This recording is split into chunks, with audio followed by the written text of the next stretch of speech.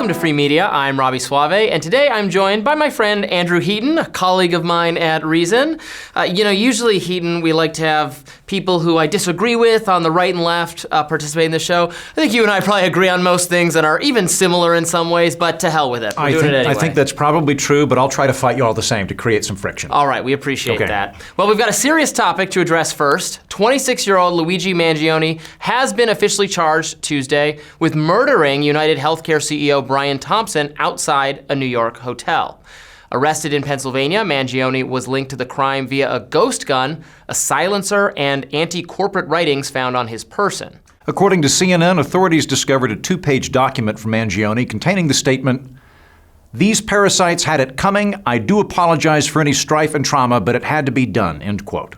Thompson, who is UnitedHealthcare's CEO since 2021 and father of 2, was killed en route to an investor meeting.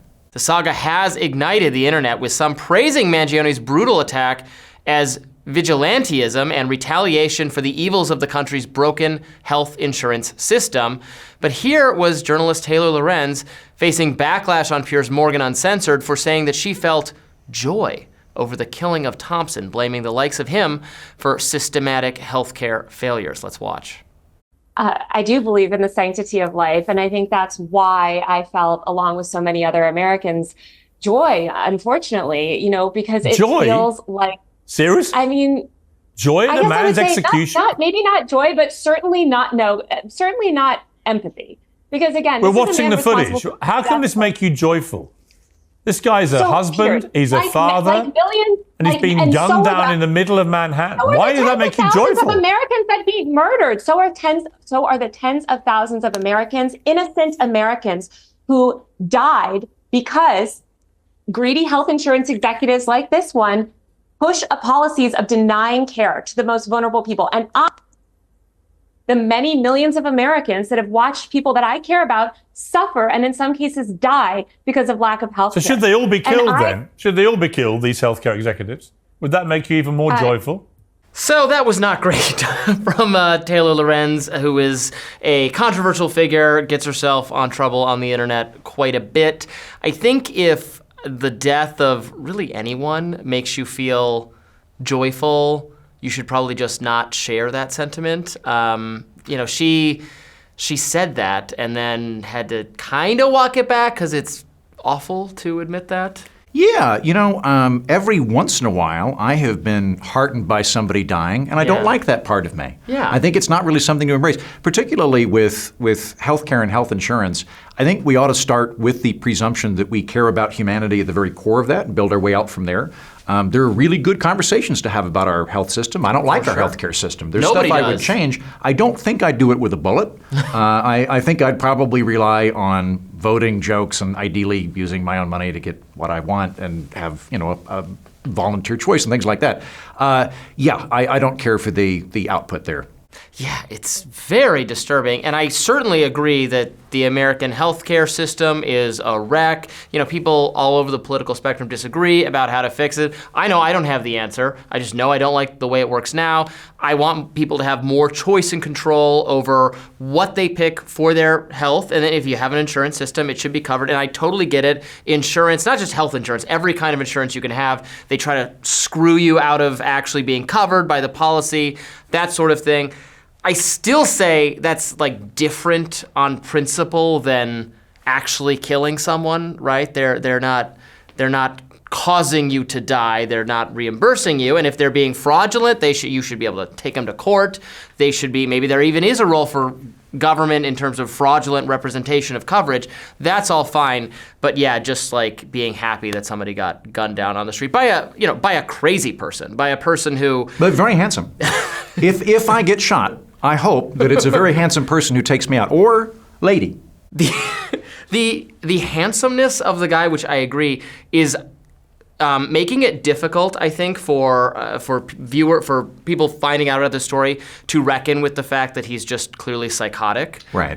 This would not be if I had a policy problem and I was like, I think that Governor Cuomo killed multiple people in COVID, therefore I'm going to shoot him. Right. Which I am not saying. Right. That would not be appropriate, right? Right, and if that happened, I would not say I'm joyful about his death. It would be horrible. This is not how we deal with I'm not a Trump fan, and I was not particularly thrilled when some kid took a shot at him in Butler, Pennsylvania. It was horrifying. It was absolutely horrifying. We should all have that knee-jerk condemnation of violence or political violence or tangibly political violence, which again, this guy, now he has a manifesto. We're going to pour over everything he's ever said or retweeted on social media. He retweeted a lot of Jonathan Haidt. Really? Yes, absolutely. Wow. He was obsessed with the whole anxious generation I've got two commonalities with him. I'm very handsome and I like Jonathan Haidt. But I'm Italian. Yeah, so, okay, all right. You're winning. I'll push back. I'll not push back.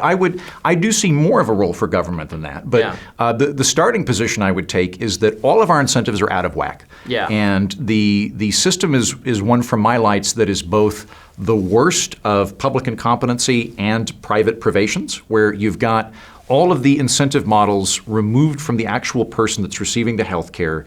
No one really knows the price of anything.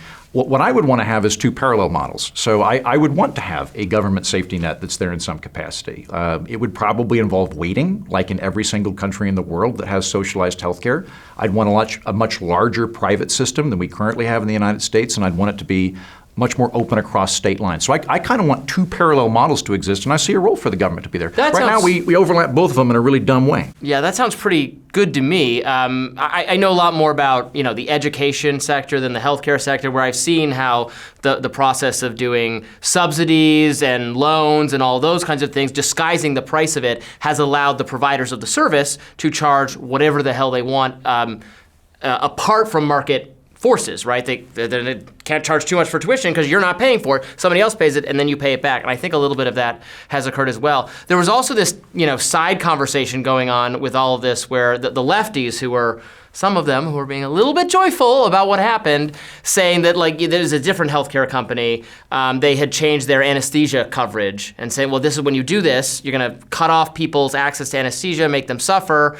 This is the kind of thing you get. But then I actually saw other progressive people pushing back, well, actually what happened here is they're telling the anesthesiologist they have to make a little bit less money. Mm-hmm. And if you have a government-run system, as we, the lefties, advocate, well then yes, there has to be some limit to the amount the very healthy money those people are making. So under a government system, there will be some level of rationing of care, of decisions being made for what is too much, or else the whole thing will go bankrupt. That will happen under a government system. I think progressives often don't understand 100%. that. I think that there's kind of two fundamental errors to the hyper-progressive interpretation of healthcare. One is the idea that scarcity is some sort of artificial phenomenon that evil, greedy people put onto the system in order to extract juice from it. And if you can just outlaw the greed, then all of a sudden you'll have infinite resources. There's a finite number of people who can provide medical services, and if they are all occupied at the moment, you have to have rationing of care. There's not you can't just magic wand more doctors into existence. Right, and I think that all of that belies a kind of deeper outlook on how economics works. There's this really, really, really, really old way of looking at economics that's pre-modern, which is that prices rise because of greed. It's sin-based economics, that prices go up because people are greedy. And if you were less sinful, then they would go down. And so the job of the state or the church, as it was in the Middle Ages, needs to be able to squelch that greedy impulse there. And I think that that's a fundamental misunderstanding of how human nature works and how economics works. You want to be able to funnel it into a productive system, like an open, competitive, transparent market, which currently our healthcare system is not. It's very dysfunctional in that regard. I would want it to be a more functional market system. It would end up producing more. Imagine that. That would be very nice if we could get a better system in place for everybody. We'll have more free media coming for you tomorrow. Please like, share, and subscribe, and check out those videos when they get published. Thanks.